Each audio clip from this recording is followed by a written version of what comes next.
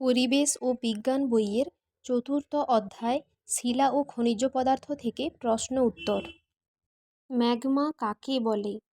মাটির যত গভীরে যাওয়া যায় চাপ এবং উষ্ণতা তত বাড়ে। পৃথিবীর গভীরে চাপ আর উষ্ণতা এতই বেশি যে সেখানে পাথর থাকে তরল অবস্থায়, একে বলে ম্যাগমা। লাভা কাকে বলে?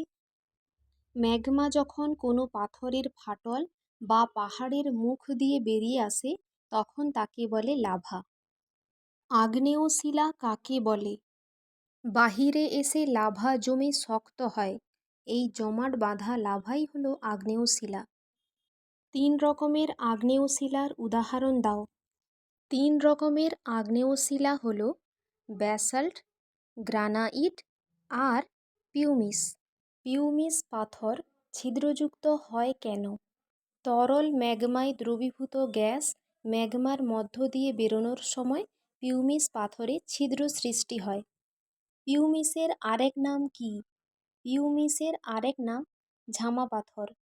পিউমিস কিভাবে সৃষ্টি হয়?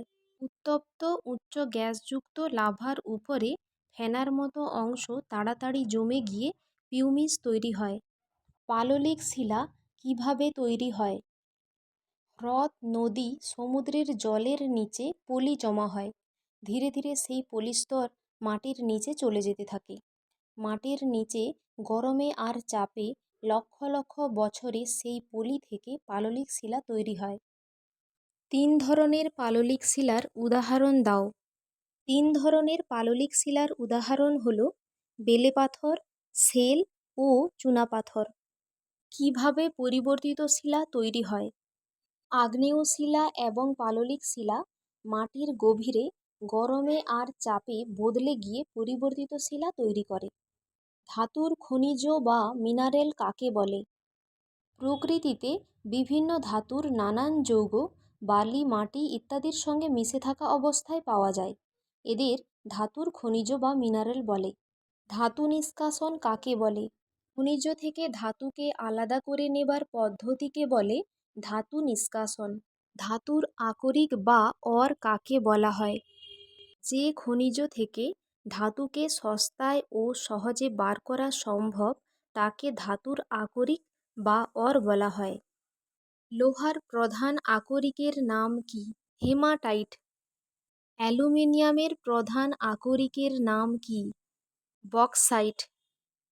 তামার প্রধান আকরিকের নাম কি? Copper glance. কোন কোন ধাতু মিশিয়ে পিতল তৈরি হয়? তামা ও দস্তা ধাতু একসঙ্গে মিশিয়ে পিতল তৈরি হয়। কোন কোন ধাতু একসঙ্গে মিশিয়ে ব্রোঞ্জ তৈরি হয়? তামার সঙ্গে টিন মিশিয়ে ব্রোঞ্জ তৈরি হয়। জীবাশ্ম বা ফসিল কাকে বলে? আজ থেকে অনেক কোটি বছর আগে এই শামুক, সাপ আর মাছ এরা সবাই বেঁচে ছিল। তারপরে একদিন এরা মারা গেল। মাটিতে বা জলের নিচে পড়ে থাকতে থাকতে এদের দেহাবশেষে নানান পরিবর্তন ঘটতে লাগলো। প্রথমে দেহের নরম অংশগুলো নষ্ট হয়ে গেল, তারপর সেই পড়ে থাকা অংশের উপর ধীরে ধীরে জমতে লাগলো আরও পলি। মাটির নিচে কোটি কোটি বছর ধরে নানান পরিবর্তন ঘটে এই সব দেহাবশেষ এক সময় পাথরে পরিণত হলো। এই পাথুরে দেহাবশেষগুলো হলো জীবাশ্ম বা ফসিল। সংকর ধাতু কাকে বলে? সংকর ধাতু হলো একাধিক ধাতু বা একটি ধাতুর সঙ্গে বিভিন্ন উপাদানের মিশ্রণ। সংকর ধাতুর উদাহরণ দাও। কাঁসা বা পিতল, ব্রোঞ্জ, ইস্পাত ইত্যাদি। অস্ম কথার অর্থ কী? পাথর। এলপিজি এর ফুল ফর্ম কী? Liquefied petroleum gas. সিএনজি এর ফুল ফর্ম কী? Compressed natural gas.